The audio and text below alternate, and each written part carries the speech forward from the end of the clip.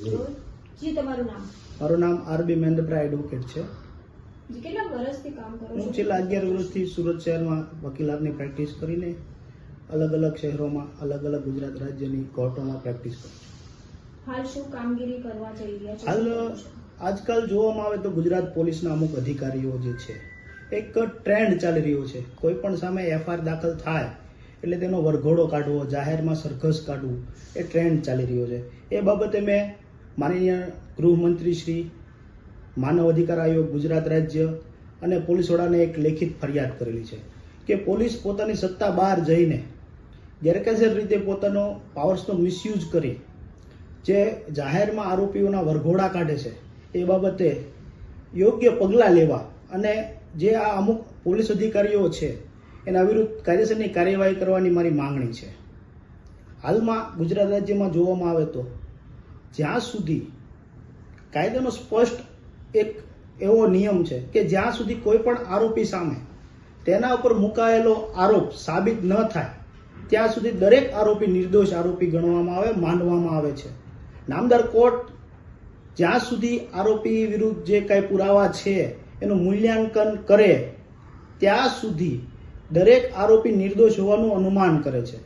એટલે કે માત્ર એફઆઈઆર દાખલ થઈ જવાથી આરોપી બની જતો નથી.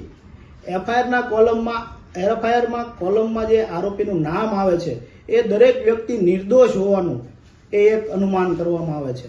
એટલે પોલીસને કોઈને સજા કરવાનો કે જાહેરમાં સરઘસ કાઢવાનો કોઈ પાવર્સ નથી.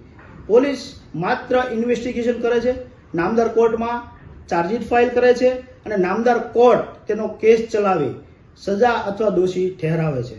હવે નામદાર કોર્ટ સુપ્રીમ કોર્ટના જે DK Basu versus state of west બંગાળનું જે જજમેન્ટ છે એમાં છે આરોપીના જે કાંઈ રાઇટ છે એ બાબતે ઘણી બધી છાણવટ કરી છે અને ઇન્વેસ્ટિગેશન ઓફિસર એટલે કે પોલીસ એજન્સીએ કઈ રીતનું વર્તન કરવું, કઈ રીતની તપાસ કરવી, આરોપીને કેટલા રાઇટ છે એ બાબતે એક ગાઈડલાઈન જારી કરી છે. જેમાં આરોપીને ખુલ્લામાં જાહેરમાં દોરડું બાંધીને લઈ જવો, હથકડી બાંધીને લઈ જવો, આરોપીને 3rd ડિગ્રી ટોર્ચર કરવું, આરોપીની ધરપકડ બાદ એના સગા સંબંધીને જાણ કરવી, આરોપીને કયા ગુનામાં ધરપકડ કરી એ બાબતે આરોપીને જાણ કરવી વગેરે વગેરે ઘણા બધા નિયમો ગાઈડલાઇન્સ બહાર પાડી છે.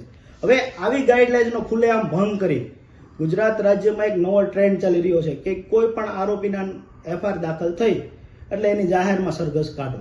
હવે એ પોલીસવાળાના પોતાના અંગત સ્વાર્થ હોઈ શકે, કોઈ રાજકીય સ્વાર્થ હોઈ શકે, એના માટે કોઈ પણ માનવ અધિકારનો ભંગ થાય, કોઈ પણ બંધારણીય અધિકાર ભંગ થાય એ ચલાવી શકાય નહીં. એટલે મેં હાલની આ અરજી કરેલી છે અને ઉપરી અધિકારીઓ યોગ્ય કાર્યવાહી કરશે એની મને ચોક્કસ ખાતરી છે. આમ છતાં આ અરજી બાબતે કોઈ કાર્યવાહી કરવામાં નહીં આવે તો નામદાર ગુજરાત હાઈકોર્ટમાં પીએલ કરવાની પણ તૈયારી મારી છે.